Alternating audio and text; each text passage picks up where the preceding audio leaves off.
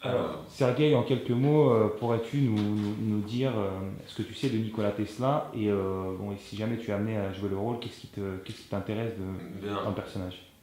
je dirais d'abord que Nikola Tesla, je pense que c'est un inventeur, un découvreur de génie, mal connu, peu connu, parce que on entend plus souvent parler d'Edison, tout le monde connaît Edison, l'invention de l'électricité, tout ça.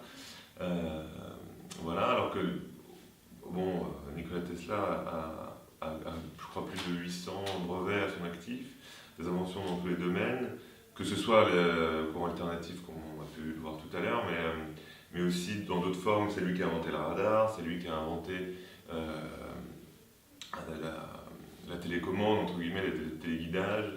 Il avait des tas de théories euh, qu'on vérifie seulement aujourd'hui, parce que même pour l'instant, certaines de ces théories, certaines de ces expériences, on n'arrive pas à les prouver, enfin on n'arrive pas à les expliquer encore aujourd'hui. Donc c'est quelqu'un qui est encore entouré d'un halo de mystère, c'est quelqu'un qui a une sorte de, d'aura particulière à l'époque de ses contemporains, c'est-à-dire que c'était quelqu'un qui était très magnétique, entre guillemets, quelqu'un qui arrivait à, comme ça attirer cette attention autour de lui. C'était quelqu'un de très brillant, euh,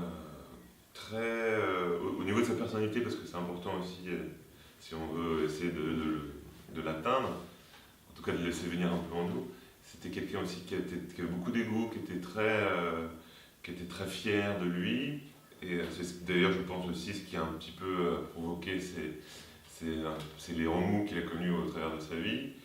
Euh, C'était quelqu'un qui... Je pense que c'était quelqu'un qui était un petit peu en dehors du monde de l'époque, et même encore dessus d'aujourd'hui.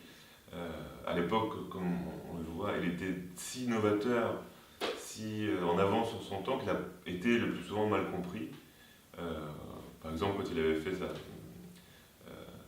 son plan de sous-marin à téléguidé qui pouvait envoyer des torpilles, personne n'a cru en lui, alors que ça aurait peut-être pu donner un autre tournant à la guerre.